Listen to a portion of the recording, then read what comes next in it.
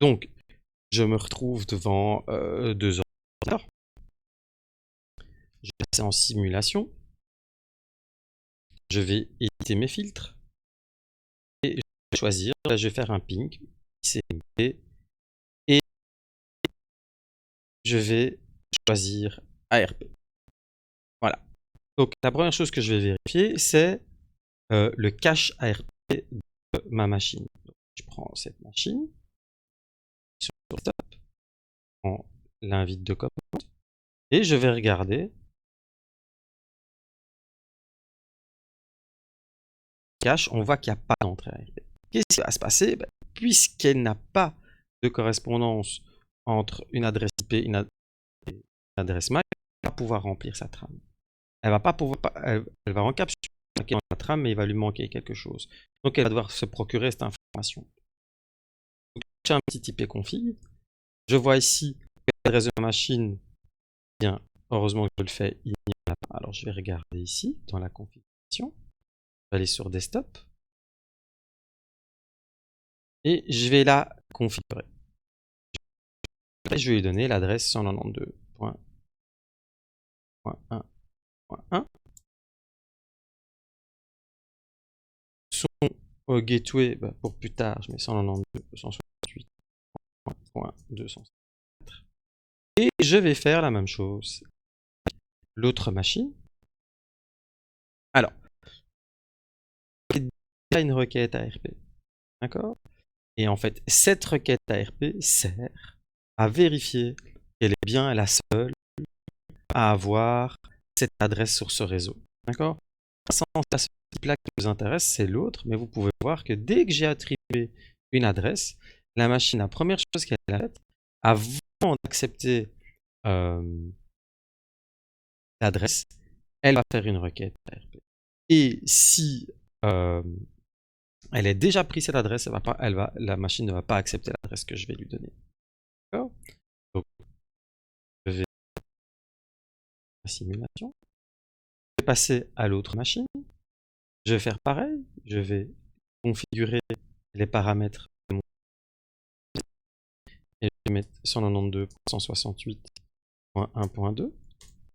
Voilà. Elle également, vous voyez, dès que j'ai fait ceci, dès que j'ai introduit le Mask, elle va vérifier qu'elle est bien seule à porter cette adresse sur ce réseau-là.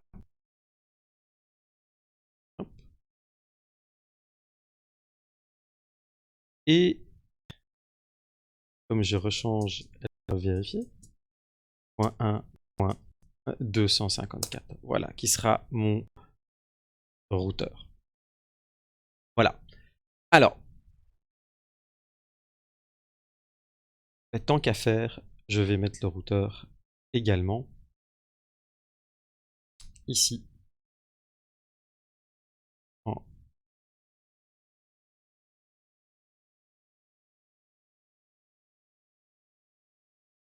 Voilà, je préfère toujours mettre ça sur des ports gigabits. Je vais attendre qu'il démarre.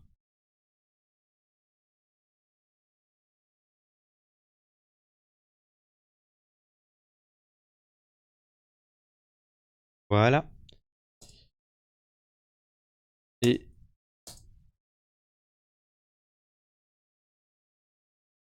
rajouter mon interface G00 et adresse 192.168.1.200.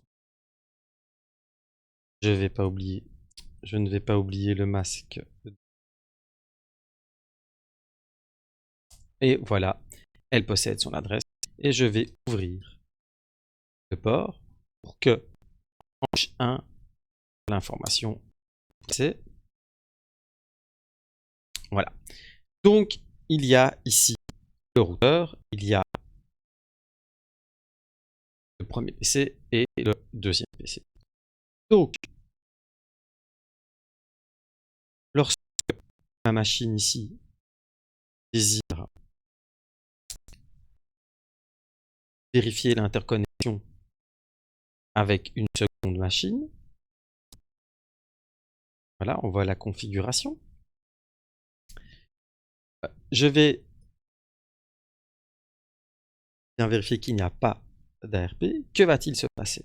Je vais faire un ping vers la machine 192.168.1.2 et je vais envoyer le message.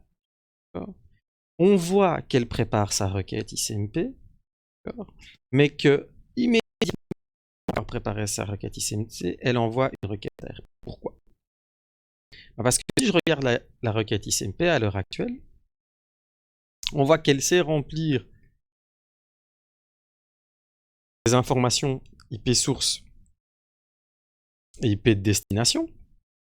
D'accord? C'est la 1.1 et attaque la 1.2, ça n'a pas de problème, puisque c'est moi qui lui ai dit ping 192.1.2. Elle a l'adresse IP de la machine avec laquelle elle doit communiquer. Mais elle est bloquée. Elle est bloquée en couche 2 parce qu'elle a une adresse source. Je connais l'adresse de destination en IP. Je connais mon adresse MAC, je connais la MAC de destination. Et donc, je suis bloqué en couche 2. Je ne sais pas. Je ne sais pas envoyer l'information. Et pourtant, elle se rend compte que l'adresse qu'elle doit contacter ici est une adresse de type unicast, et elle se rend compte que donc elle peut faire, elle a peut-être ça dans son cache ARP. Donc ce qu'elle fait, elle dit que l'adresse qu'elle doit contacter, elle n'est pas dans sa table ARP. Ici, c'est ce qu'elle est en train de dire. Voilà. Donc moi, je me rends compte que je dois que l'adresse IP, c'est l'adresse d'une seule personne, et que je peux donc obtenir, je dois avoir son adresse IP, mais qu'elle n'est pas dans ma table ARP. Et donc, je dois faire un process. Je dois faire un process ARP pour l'obtenir. Très bien. Alors, elle fait cette requête ARP, et on va regarder cette quête ARP. Et donc, cette quête ARP, cette requête ARP, ce qui se passe, c'est que elle envoie le message, et on va s'apercevoir que ce message arrive à toutes les machines. On voit qu'il y a cette machine ici qui ne le prend pas, et on voit que cette machine ici le prend, que c'était bien elle. Ça veut dire quoi? Ça veut dire qu'on a envoyé cette requête, et qu'elle est arrivée à toutes les machines du LAN en réalité. Alors, comment c'est possible qu'elle soit arrivée à toutes les machines du LAN? Donc ici, évidemment, le routeur se rend bien compte à lui qu'on s'adresse, mais le point 2 se rend compte à lui qu'on s'adresse pour quelle raison? Alors, si je dois regarder, que je dois revenir au tout début, et que je prends la requête ARP, je vais regarder le mode de fonctionnement. Et son mode de fonctionnement est très simple. En fait, ce qui se passe, c'est comme je ne connais pas l'ordinateur qui possède l'adresse, je ne connais pas l'adresse MAC de l'ordinateur 192.1.2, je vais m'adresser à tous les ordinateurs du réseau LAN. Donc je m'adresse à tout le monde. Donc, tous les ordinateurs sur le réseau vont constater qu'on s'adresse à eux. Et que en couche 2, la machine qui s'adresse à eux est la machine 1. Très bien. Ensuite, la machine 1, qu'est-ce qu'elle fait? Elle, à l'intérieur de cette trame, on voit que c'est une trame ARP. Donc quand les machines reçoivent ceci, d'accord, FFF, A, c'est pour moi. Que me veut-on? A, c'est une demande ARP. Je sais que c'est une demande ARP, que c'est une requête ARP, parce que je vois ici 0x 0806. Si ça avait été 0x 0800, ça aurait été pour le protocole IPv4. D'accord? C'est pas le cas. Ici, c'est une requête ARP. Donc, si on voit que c'est une demande, parce que le code est à 1, quand ça sera une réponse, le code sera à 2. Ceci représente la longueur de l'adresse physique. Ici, ça correspond à la longueur de l'adresse logique. Ça veut dire quoi? Ça veut dire que l'adresse physique est sur 6 octets, d'accord? Et que leur adresse logique est sur 4 octets. Et donc, ça veut dire que comme je connais la longueur de l'adresse physique et logique, je sais que après mon opération de code, les 6 premières, je vais avoir sur 6 octets une adresse physique, sur 4 octets une adresse logique, puis sur 6 octets une adresse physique, et puis sur 4 octets une adresse physique. Regardons un peu plus en détail. qu'est-ce que je vois?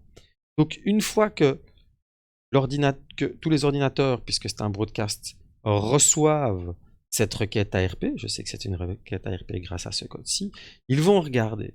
Ils vont regarder quoi? Ils vont regarder ici, target IP, si c'est bien à eux qu'on s'adresse. Et donc, la machine à qui est destinée, de couche 3, la machine à qui est destinée cette requête est ici, en couche 3. Et en gros, comment ça se fait qu'il n'y a pas d'adresse MAC de destination qui sont reprises ici en couche? Tout simplement parce que la case est vide. On ne sait pas qui c'est. Ça peut être n'importe qui, donc c'est 00000. D'accord? Donc, je ne connais pas ton adresse MAC et je te demande, toi, qui as cette adresse IP, de me répondre. Mon adresse IP, donc celui qui envoie le message, est ici, et mon adresse MAC est celle-là. Alors pourquoi l'adresse IP et l'adresse MAC sont reprises ici? Parce que, puisque tout ceci, d'accord, toutes ces informations sont passées en couche supérieure. Ça veut dire qu'ici, la couche 2, une fois que je vois que j'ai le protocole ARP, qu'est-ce que je donne au protocole ARP? Je donne uniquement les datas destinées à ARP, c'est-à-dire uniquement les datas qui sont ici. Ça veut dire qu'une fois que j'arrive à la couche supérieure, toutes les données de couche 2 disparaissent. Vous voyez, d'ailleurs, FFFF, il est repris nulle part ici. Ça veut dire que si, lorsque je vais décapsuler, je vais supprimer l'information qui est ici. Et donc, si je veux connaître l'adresse MAC de la machine qui m'a envoyé ce message, eh bien, mon protocole ARP ne va pouvoir, donc ma machine, source 1, pardon, la machine qui a été 1.2, va savoir que c'est la machine entre 1.1 qui a cette adresse MAC-là, qui lui a fait cette demande uniquement parce que ces informations sont reprises dans les informations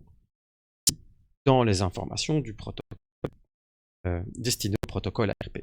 Et donc, dans les informations destinées au protocole ARP, je vais retrouver la longueur de l'adresse MAC, d'accord, de l'adresse physique. D'ailleurs, ici, ceci indique qu'il s'agit d'une adresse MAC. Ceci indique qu'il s'agit d'une adresse logique IP, que la longueur de l'adresse physique est 6 octets, que la longueur de l'adresse logique, donc IP, est de 4 octets, que c'est une demande, et je reprends l'adresse source, l'adresse de la machine qui envoie le message en couche 2, en couche 3, je ne connais pas l'adresse MAC de couche 2 de la machine que je veux contacter, c'est justement pour ça que je fais la requête ARP, mais je connais son adresse IP. Cette machine va savoir que c'est à elle qu'on s'adresse grâce à ceci, et elle va savoir répondre à la machine qui lui a fait cette requête parce qu'elle possède ici les informations de couche 3 et de couche 2. Très bien. Donc, une fois que le protocole ARP part, elle part chez tout le monde puisque c'est pour tout le monde, le routeur, il s'aperçoit évidemment que ce n'est pas à lui que cette requête est destinée, qu'il ne doit pas répondre. Pourquoi? Parce qu'il ne trouve pas à l'intérieur de la requête ARP son adresse. Ici, l'adresse de destination, c'est 1.2. Et lui, il a l'adresse 1.254. Par contre, la machine 1.2, ici, se rend compte que c'est bien elle qu'on s'adresse. Donc, elle va répondre.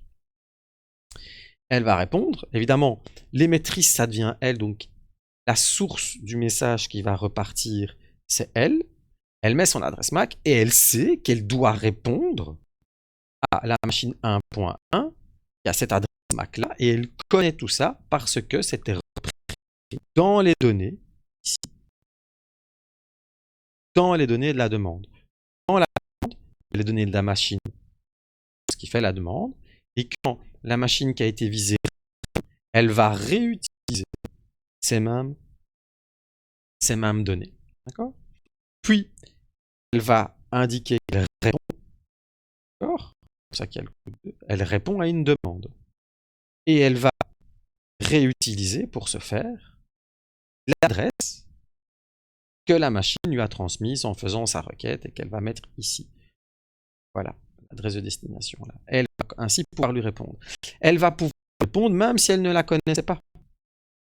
Même si elle ne connaissait pas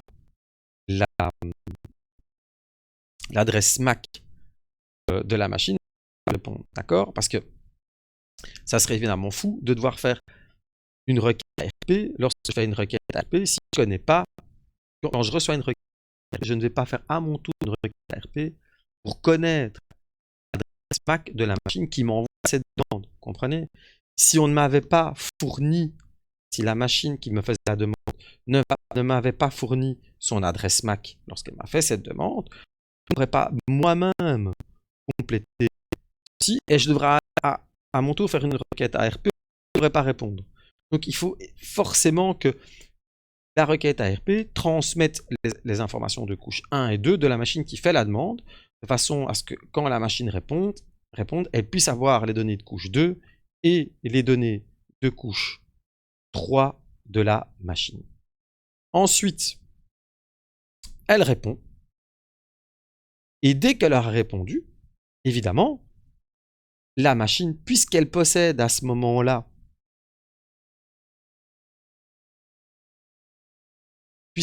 à ce moment-là, l'entrée ARP était vide, mais maintenant, elle possède une entrée ARP. D'accord? Ça veut dire que là, elle va posséder, elle ne possédait pas, elle va posséder l'adresse MAC, elle va pouvoir remplir. Elle va pouvoir remplir sa trame. On va voir ici qu'il n'y a pas de problème. Pourquoi? Parce que maintenant, elle possède, d'accord? Ça, il n'y avait pas avant, cette couche 2, ici dans la première requête. Là, je vais ouvrir la première requête.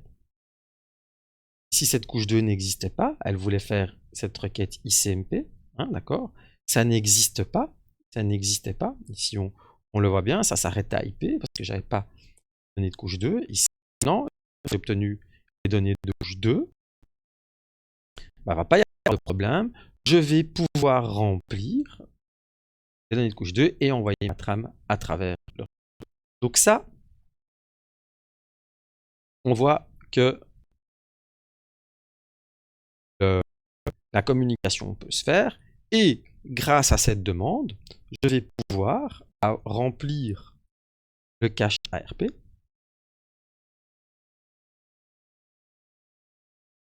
Voilà, maintenant j'ai la correspondance. Ça veut dire que la prochaine fois que je fais une requête, je ne devrai plus refaire une demande ARP.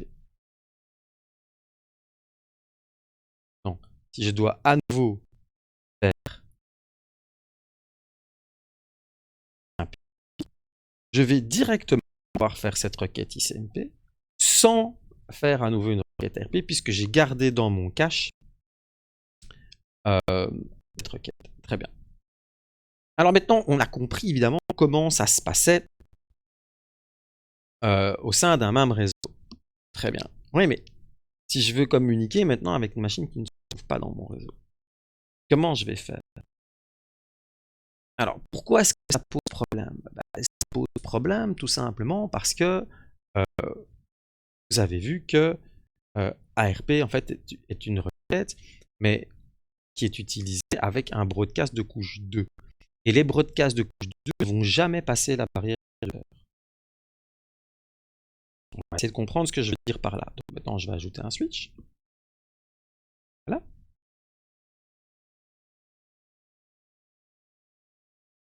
Et on va créer un nouveau réseau.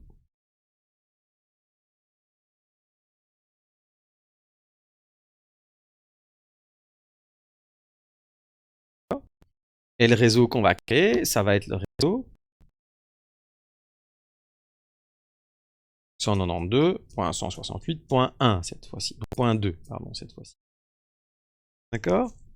Plutôt, parce que ça peut prêter à confusion, 172.16.0. Comme ça, c'est bien différent. Voilà. Ensuite, je vais ajouter deux machines.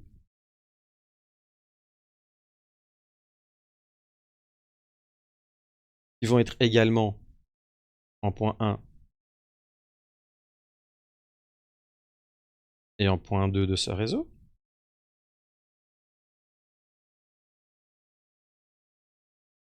Voilà.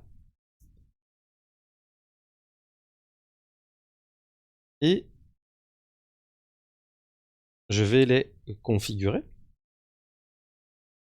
Et nous allons faire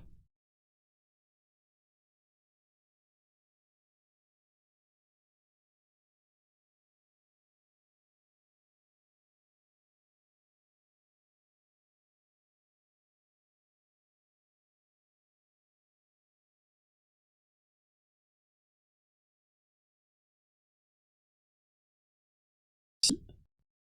Donc ici, je vais avoir un second réseau. Ce second réseau, je vais l'encadrer en rouge, comme ça on sait bien faire la distinction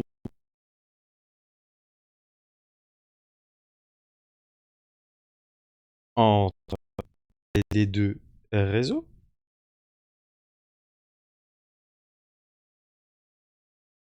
Voilà.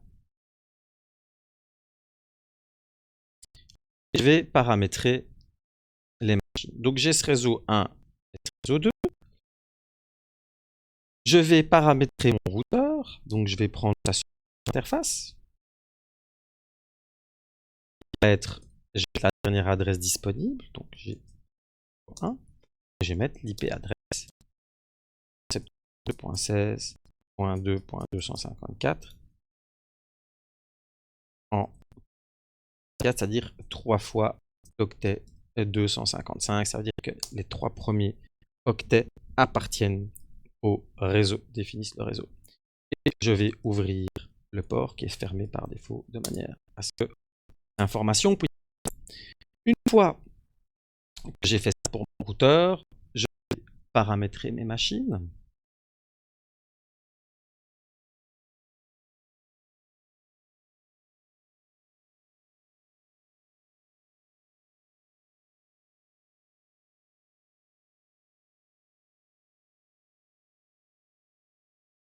Pardon. Je vais prendre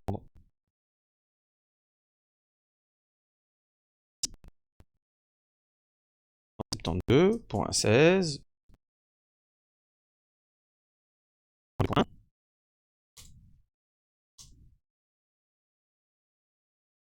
Et le routeur étant 24. Même chose ici. L'autre machine.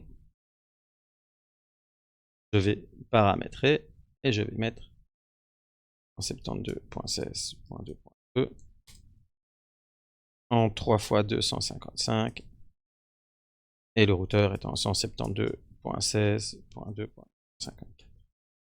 Voilà, une fois que tout ceci est fait, c'est paramétré. Alors la question est la suivante. Comment je vais pouvoir faire un ping vers cette machine-là? D'accord? C'est-à-dire que on va regarder, je vais donc prendre cette machine-ci et faire ARP-A. Je vois qu'elle a bien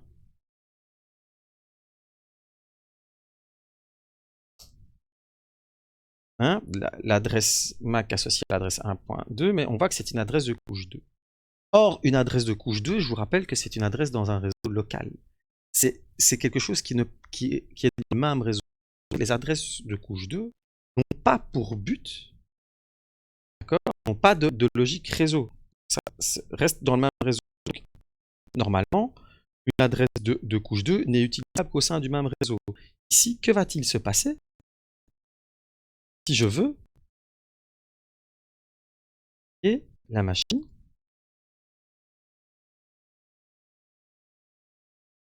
d'un autre réseau? Je vais tout de même faire une requête ARP. D'accord? Et je vais envoyer cette requête qui va parvenir à tout le monde. Et on va voir que c'est le routeur qui va répondre. Donc le routeur, lui, il est d'accord de répondre. Et on voit bien que le broadcast, fort heureusement, ne dépasse jamais la barrière du routeur, puisque ça reste toujours au sein d'un même réseau. Ce que je veux, c'est les transactions, la communication au sein d'un même réseau. Alors pourquoi est-ce que c'est le routeur qui répond? Ça c'est bizarre ça. Et on va regarder ici, Et alors la machine, elle va être contente, elle va dire « Oh, ben j'ai la bonne adresse MAC et je vais pouvoir envoyer mon message. » Comme c'est la première fois que le routeur communique avec l'adresse 1.1.1, il fait également une requête ARP. Et il va pouvoir, comme ceci, communiquer. Alors on va essayer de revenir en arrière. D'accord? On va essayer de revenir en arrière sur la requête ARP qui va être envoyée. Alors, pourquoi cette requête ARP, si je regarde bien, elle a été envoyée, si je regarde bien,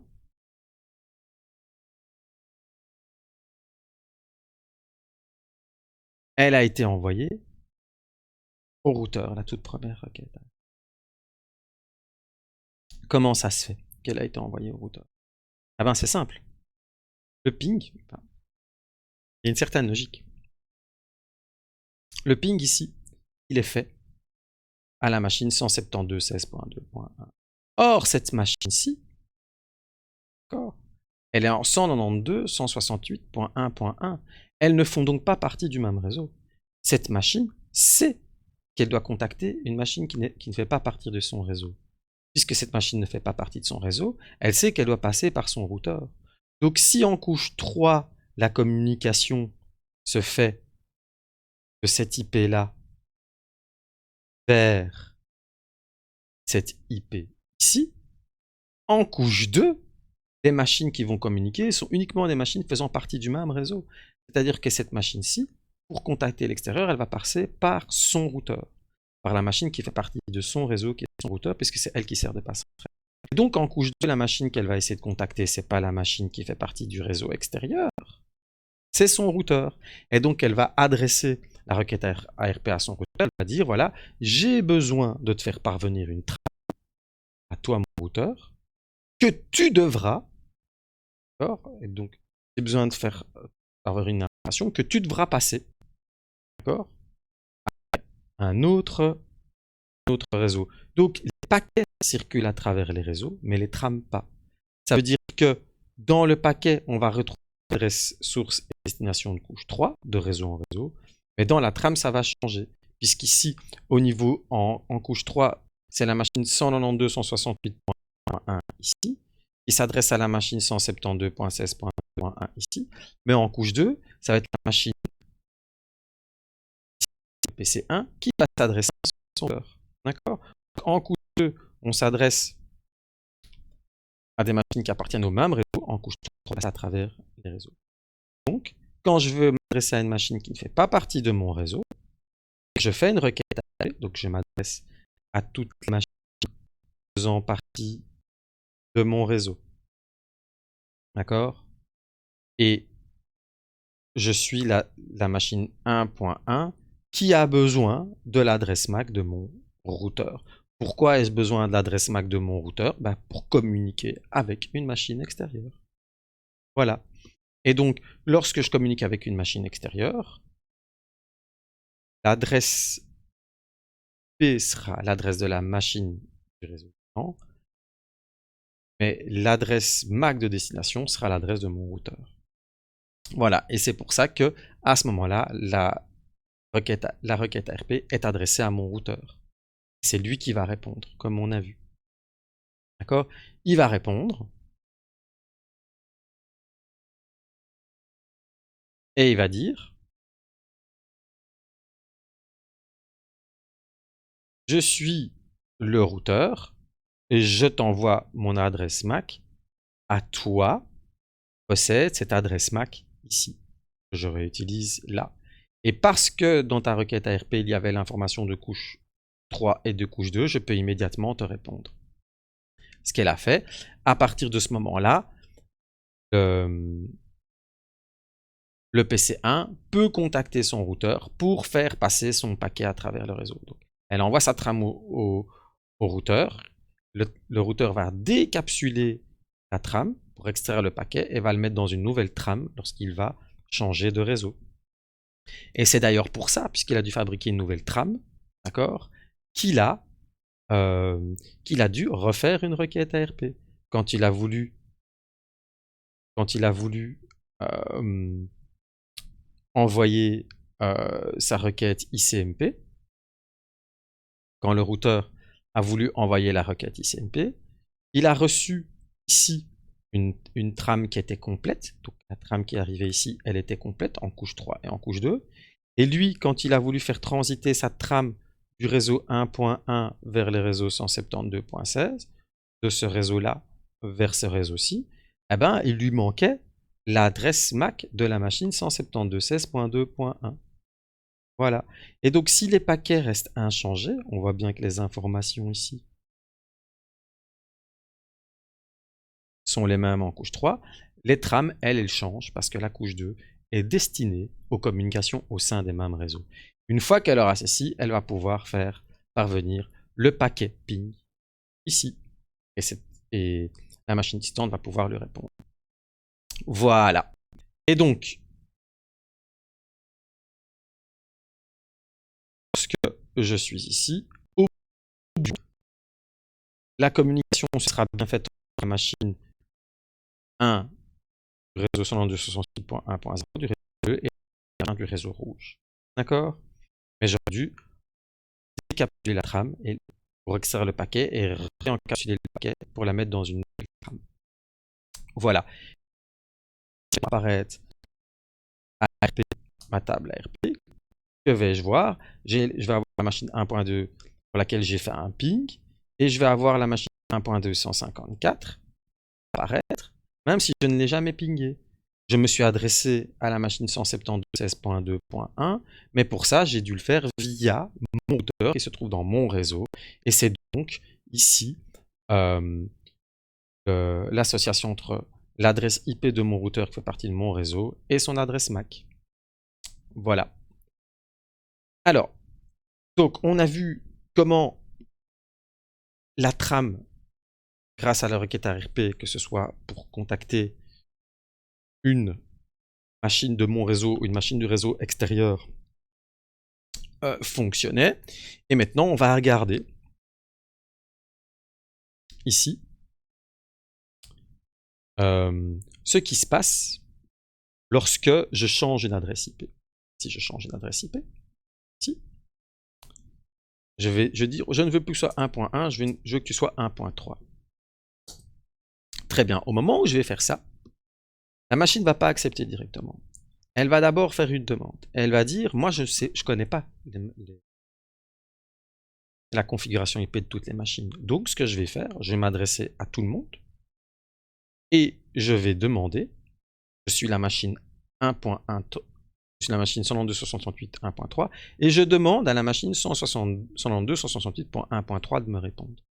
Ça veut dire quoi? Ça veut dire que quelque part, s'il y a une machine 192.168.1.3, eh ben, cette machine va avertir celle-ci, d'accord, va lui répondre en disant « Je suis la machine 192.168.1.3 », d'accord?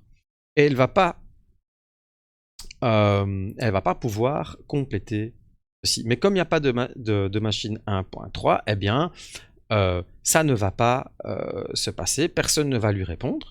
Et comme personne ne va lui répondre, ça veut dire que personne n'a, ici, que personne n'a l'adresse 1.3 et donc qu'elle va pouvoir la garder. D'accord? Donc ça permet de vérifier que personne n'a ça, que l'adresse qu'on m'attribue est bien unique. Maintenant, et c'est parce qu'elle ne va pas recevoir de réponse qu'elle sait que c'est OK. Et que personne lui répond, donc personne n'a cette adresse IP, puisque seules les personnes possédant cette adresse IP-là vont lui dire « Moi, j'ai cette adresse MAC-là ». Reprenons, imagine que je mette 1.2. 1.3. Elle va envoyer en disant « Je suis la machine 1.2 ». D'accord? Je suis la machine 1.2. Si une machine 1.2 existe, qu'elle me réponde. Très bien. Elle envoie. Elle envoie. Et cette machine se rend compte qu'effectivement, il y a un problème puisqu'on lui envoie son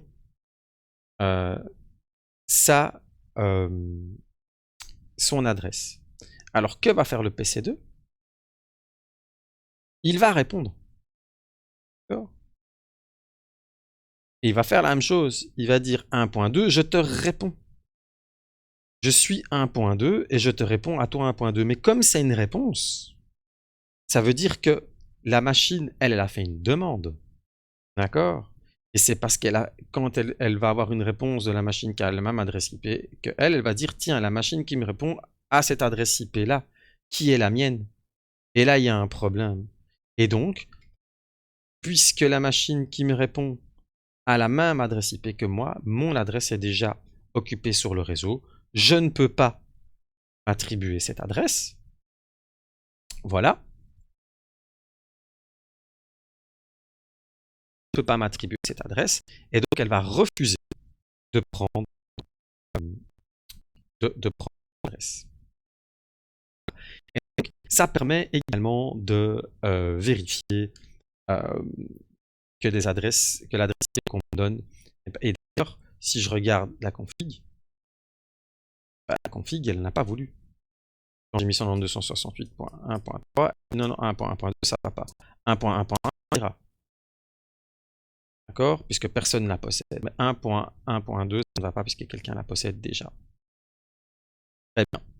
Voilà, j'espère que vous avez compris le mode de fonctionnement de la requête ARP, son utilité, qui est de pouvoir mettre l'adresse MAC de la machine qui se trouve dans mon réseau avec laquelle je dois communiquer pour faire passer mon information, soit directement, si ma machine fait partie de mon réseau, soit je vais mettre l'adresse MAC de mon routeur si la machine ne fait pas partie de mon réseau, et elle sert aussi à vérifier que mon adresse IP, l'adresse IP qu'on était en train de m'attribuer, est bien unique.